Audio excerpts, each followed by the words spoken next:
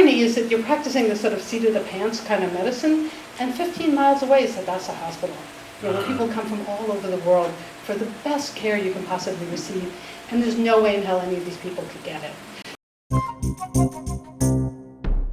Hello, my name is Stanley Heller. Welcome to The Struggle. The Struggle is shown in over 30 cable stations from Vermont to New York City and in Washington, D.C. Our YouTube channel is Struggle Video Media. Today, the crisis in Aleppo, Syria, and a Jewish American supporter of Palestinian human rights. We start with the warfare in Aleppo, once home to 1.5 million people. Hundreds of thousands of people in the liberated eastern section have been under siege for over a month. This led groups from upstate New York to stage a protest in front of the hapless, ineffective United Nations. Free, free Syria! Free, free Syria! Free, free Syria! Free, free Syria! Free, free Syria! Free, free Syria! Free, free Syria! Free, free Syria! There's only one solution, revolution, revolution! There's only one solution, revolution, revolution! Down, down Iran! Down, down Iran! Stop food, not bomb! Stop food, not bomb! Stop food, not bomb! Stop food! Stop food, not bomb! Stop food, not bomb! Stop food, not bomb! Stop food, not bomb! Russia out of Syria now! Russia out of Syria now! Assad out of Syria now! Assad out of Syria now! Iran out of Syria now! Iran out of Syria now! End the siege in Syria now! End the siege in Syria now! End the siege in Syria now! End the siege in Aleppo now! End the siege in Aleppo now! Drop food, not bomb! Drop food, not bomb! Drop. Ahead, so how long, when were you in Aleppo last? I came here 8 months ago. And what were conditions in Aleppo then? Now? No, then, 8 months when you left. When I left, like just bombing, but was not under siege. But now Aleppo under siege. Was it just bombing? That's pretty awful. Yeah, just bombing because bombing usually happens, like every day, like all the time. I know. I mean, you've been under war 5 years about war now. Yeah. And what now? Do you hear from people now in Aleppo? Yeah, sure. I was connect with my friends all the time. If it's under siege, how do you connect?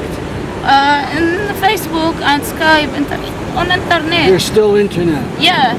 Yes. And what do they tell you? No milk, no food, just bombing all the time. Yeah. And the army, Syrian Freedom, tried to break the siege, but they couldn't right now. I don't know in the future what they happen. Yeah. And who is surrounding? I mean, I hear that it's not just Syrians attacking. No, Hezbollah and Iran also. Who's Hezbollah for American? Hezbollah, militias of Lebanon. And Iran. And so Iranian soldiers are in Syria? Yeah. But by bombing, by airplane, Russian and Assad regime. And must be. And like just bombing on the civilians, on the families. No ISIS, no Jabhat al-Nusra, no Qaeda, just civilians. So they're just blowing anything? Yeah. And what are the people using to fight back? They must have some weapons, otherwise the Syrian Assad people would have just taken over. Do they have some weapons? What do you mean? The Free Syrian Army, the people, they have some kinds of weapons? Like they try, but we don't have what asliha. The weapon they have, the one they got it from the Syrian army. Like when they attack the Syrian army with the regime, he left all the weapon and he leave. So the Free Syrian army, he take all the weapon. That's the only weapon we have over there. So they have some captured. Yep, that's the one. We hear stories, oh, the U.S. has started this and is giving the Free Syrian Army. If the U.S. or the Western provide the Free Syrian Army with the weapon, it could be finished a long time ago. So they haven't. That's the problem. Nobody provide any good weapon for the Free Syrian Army. So they're mostly on their own. 100%. There's been a number of very disturbing reports that the Assad forces are attacking hospitals. Yeah. Is this true? Yeah, true. Where, Yes, true. which hospitals? Al-Quds like a couple months ago, and couple week ago also Ta'a and Hakim, and what else? I don't remember all the name, but yeah, a lot of hospital underground now. We don't have hospital, and the school, and we don't have like a doctor for children. And Aleppo now. Pediatricians. Yeah. Yeah, I read that one of the last pediatrician was killed in one of the attacks. Yeah. Very cruel. Of course, it's against the laws of war to deliberately attack hospitals. Yeah. Are these deliberate attacks on hospitals? On purpose, these attacks? Yes. Astoundingly, fighters from within the siege staged a desperate fight and broke through on August 6th. Popular militias and groups that until recently had been part of Al-Qaeda punched through an area that had been an artillery school and joined up with forces from the outside. There were the first celebrations in Aleppo for a long time. It was answered by enormous Russian bombing, this attack in Idlib. 2 years ago, Khalid Farah rescued a baby from under the rubble in Aleppo. The 2-week-old child, a victim of Assad barrel bombs, survived. The miracle baby story went worldwide. Last week, Khalid Farah was killed by Assad or Russian bombs while trying to do another rescue. You can see Khalid Farah describing the rescue operations in Aleppo at the website whitehelmets.org. On August 11th, it was reported that the last 15 doctors in eastern Aleppo wrote a letter to President Obama pleading for action and a permanent corridor into the city. They say, "We have seen no effort by the United States to lift the siege or even to use its influence to push the parties to protect civilians." It's true. Instead of airdropping supplies, the U.S. has been trying to make deals with Russia to cooperate in war. We don't realize it, but the Russian bombing in Syria has only gone on since last fall. It goes on without U.S. government objection. Many on the left actually think Obama is trying to overthrow Assad. Actually, the main role the U.S. has had is to prevent the Syrian people from getting weapons that might end air attacks. It's been clear for a long time that Obama is trying to work out a deal with the Russians to force the rebels to give up and accept token positions within the Assad regime. Obama's only real interests are supporting Israel and bombing ISIS. He and all the political candidates running for office need to be shamed into taking some action. Alice Rothchild is a doctor, a feminist, an author, and a producer of the documentary Voices Across the Divide, an introduction to the Israeli-Palestinian conflict. She spoke at an event sponsored by activists in Northeast Connecticut. We're going to post her whole hour-long talk, but for this program, we're going to use her more spontaneous answers to questions after the talk. First, she was asked about the reception she gets when she talks in synagogues. Well, very honestly, it's very hard for me to be invited to a temple. It does happen, and oftentimes I'll show my film, which is a much softer, just listening to people tell their stories, but it raises all sorts of painful issues. And generally, if I'm being invited to a temple, generally by a very brave rabbi who may or may not agree with me, but thinks we have to talk about this, there's months of negotiations beforehand and what exactly they're going to cover and blah, blah, blah. And there's a lot of tension when I come. And so I really try to deliver a message that they can hear, knowing that there's going to be a diversity within the congregation. So people that are very opposed to how I frame things, I want to create a safe space where they feel that they can say what they need to say. And then what I say is, I don't have to win this argument.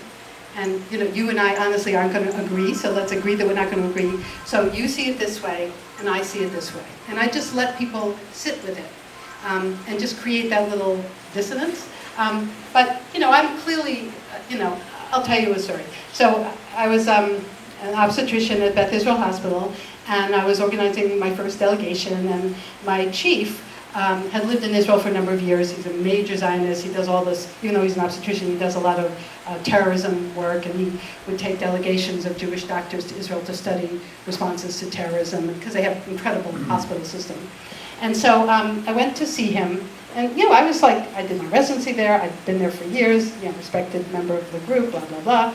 And I said, I'd really like to talk with some Israeli doctors, because I want to know what it's like, And we were chatting, and I said, really, could you give me some names of your friends? And he said, after a very friendly little conversation, he said, no. And I said, why not? And he said, because you are a danger to the Jewish people. And it was like he'd slapped me across the face. So I wasn't at all prepared for that, so I left. Then I thought about this for a while, and I wrote him a very long email and demanded an apology. And I said, we're both interested in the security and safety of Jews in Israel, but let's be honest. And he actually apologized, but of course he never gave me any names. And then when I came back, I noticed that other attendings, they would go to Nepal and they would come back and do a report back on medical conditions in Nepal or an earthquake in Afghanistan, all this stuff. So I said, well, I want to talk about what I saw. And there was no way in hell that was going to happen.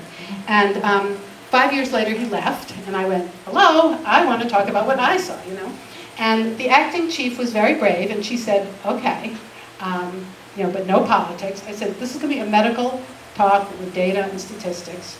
And when my grand rounds was announced, they got 100 emails saying that I should not be allowed to speak. This is my colleagues, So I was a little anxious, and so I invited all my friends to grand rounds. And 100 people came. We all survived. It was a very scientific presentation. But, I'm like a Rorschach for people's anxiety. I've also had plenty of experiences within the Jewish community and in the community of people totally losing it and screaming and yelling and people punching each other and having to go out with the police and all that kind of stuff. And so when that happens, what I try to do is to use that as a teaching moment to say, what triggered that person? What trauma makes people so afraid? She was asked about her medical activities for Palestinians. Yeah. So when we started out, we were a bunch of activists. A lot of us were in the medical field, but a lot of us weren't. And we were making this up as we went along. So we decided we needed to have a partner in Israel and a partner in the West Bank.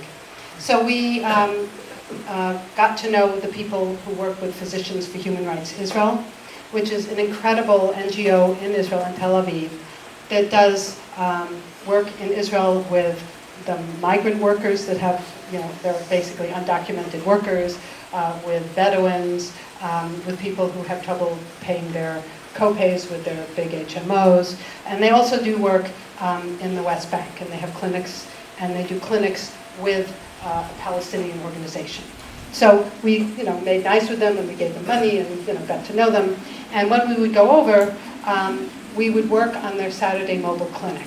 So the Saturday mobile clinic was done with Physicians for Human Rights Israel and with our other coalition partner, which was Palestinian Medical Relief Society. So Palestinian Medical Relief is a major NGO, provides 40% of the health care, and it's another organization that's into empowerment and education as well as providing health care.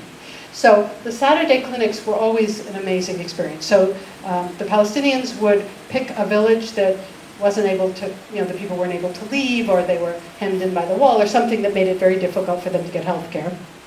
And the Israelis, some of which were Jewish and some of which were Palestinian, would get into a van, and we'd all drive and meet the Palestinians, and we'd go to this village in God knows where. And, in an hour or two, we would set up a clinic, and we would set it up in someone's big house, or in a women's center, or, some school, or whatever it is. And then you had, people would just come from all over and just be lining up and lining up and lining up. And you just saw as many patients as you could. So what I did and my colleagues did is I would, since I was doing OBGYN, I would set up a little OBGYN office. So we literally would take desks and smush them together. I would bring a headlight so I could see. Sometimes I'd bring speculums because there were no speculums, but there was no lab, so there's not a lot you could do. They had an ultrasound, which was really nice, but it's weird not to be able to check urine, but you can do an ultrasound. It was just a hodgepodge of whatever was donated. And for me, it was very powerful to do this, partly because you really got to see what people's lives were.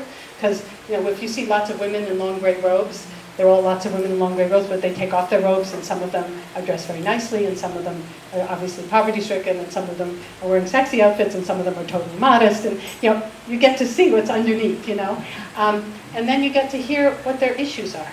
And so for me, the first thing that was really stunning was their issues are like our issues, birth control, irregular bleeding, I want to be pregnant, I don't want to be pregnant, all the usual things that women have.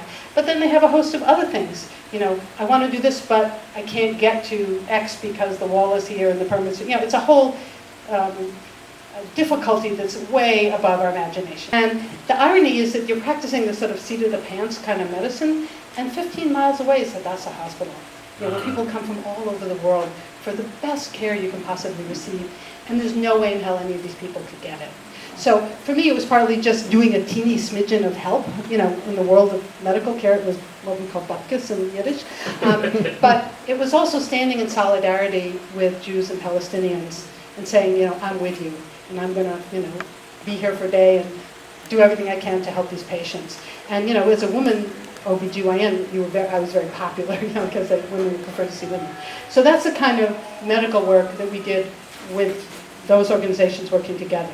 There was also a migrant clinic in Tel Aviv that Physicians for Human Rights ran, and I did some work in it early on, and it was fascinating because after the Second Intifada, the Israelis wouldn't allow Palestinians from the occupied territories in to do all of the hard, low-level work.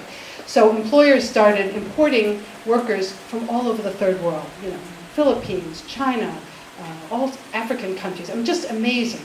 And so either these folks would come and not be able to access the healthcare system, or they would overstay their visas and not be legal, and they would have all sorts of healthcare problems. And we would do a clinic, and every single patient was from a different country, spoke a different language. For me, the most incredible experience was this guy came in with his wife. I don't even remember what she had, something horrible. And he couldn't speak, I didn't even know what language he spoke. And he carried a photo, and apparently he was some, esteemed prince in his village or whatever. They were all decked out, and he wanted us to know he had power and dignity where he came from, and it was that kind of very powerful human stuff. So the year before I was there, and all the patients were Sudanese, and they were the asylum seekers and Eritreans. So they were all thin, depressed, hungry men who had walked across deserts, who had fled from Bedouins. PHR was the group that documented the mass rapes of Eritrean women coming across the Sinai from Bedouins. This was who was coming now, because this was the population in need. So that's the other thing we've done. I've also worked in a Red Crescent clinic. I try to be in solidarity. It's not a major impact on the healthcare system. The other thing we did was we set up an exchange program between Harvard University Medical School and Al-Quds University. And it kind of made it happen, and then it kind of fell apart because we couldn't get a partner there who was willing to do this, and then it blossomed again. So it ebbs and flows. But there have been a number of Harvard students who've gone and done rotations in East Jerusalem and Al-Quds, and there have been a whole stream of Palestinian med students who've come here and done courses at Harvard. And that gave us an entree into the medical school. Palestinians From Al-Quds. From No, from East Jerusalem. So there's a medical school in East Jerusalem and in Nablus and in Gaza. And the Israelis don't recognize the MD that these Palestinian students get.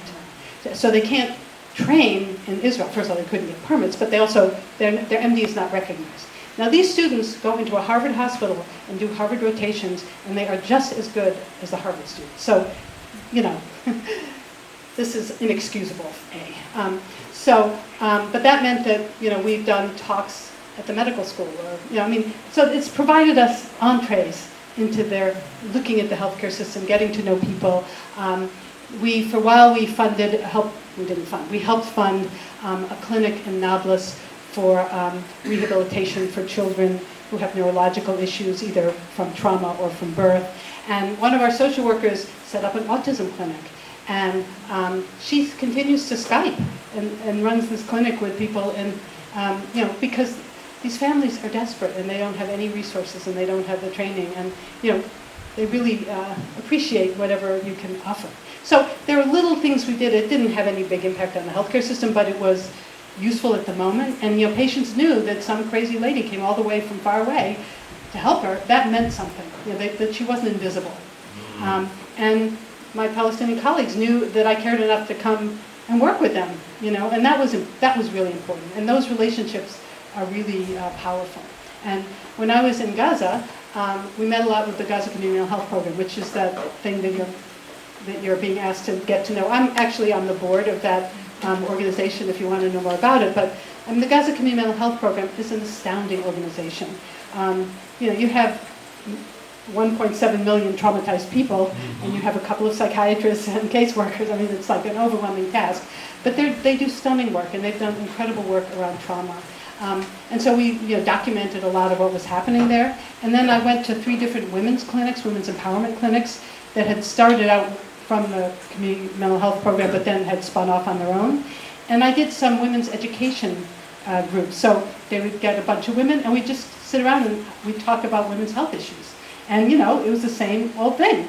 Urinary tract infections and vaginal infections and sex, and you know, here are all these women totally covered, and we're talking about sex. You know, it was just fabulous. So, you know, it was just a little thing, but it was important to say, I care about you and I do this, and I want to see what your life is like, and I want to give you some little thing that I can give you. And it was so wild. One of the centers, they had occupational therapy and for the women, and work, you know, teaching them jobs. And one of their jobs was a hair salon. So after I did my thing, I said, you know, I'd love to have my hair done, you know, because I felt like I don't want to be the one that's just giving, and they want to have some dignity and also be such a guest. And they went crazy. And I had this whole room full of women debating on my hairstyle, and they ironed my hair straight, and they made me up with the black coal and the whole schmear. And they were so pleased with themselves. And it was so heavy because, you know, this was not a major political moment, but this was like a moment of sisterhood, where, you know, I gave them health care and they made me beautiful, and I thought, oh my God, how do I ever walk out of here looking like this? But they thought that I was beautiful, and you know, according to like an Arab model standard, I probably looked very appropriate. And it was very important to do that kind of thing. And so we do, you know, I did things like that. She talked about BDS, boycotts, divestments, and sanctions. Well, you know, I do agree with you that things look very bleak on the Israeli political front. And, you know, Netanyahu is a particularly virulent actor in this thing. So that's very discouraging. On the other hand, when I see the level of vitriol, I feel like, well, they really feel under attack. You know, they really feel threatened by the boycott movement, by the fact that young Jews aren't just buying this whole thing, by the fact that Christian churches are saying we're not going to invest, by the fact that Veolia has now pulled out of Israel. I mean, you know, the Norwegian government won't invest their pension funds. You know, there's a whole list of things. So part of the virulence that I think we see is, you know, the virulence being backed into a corner.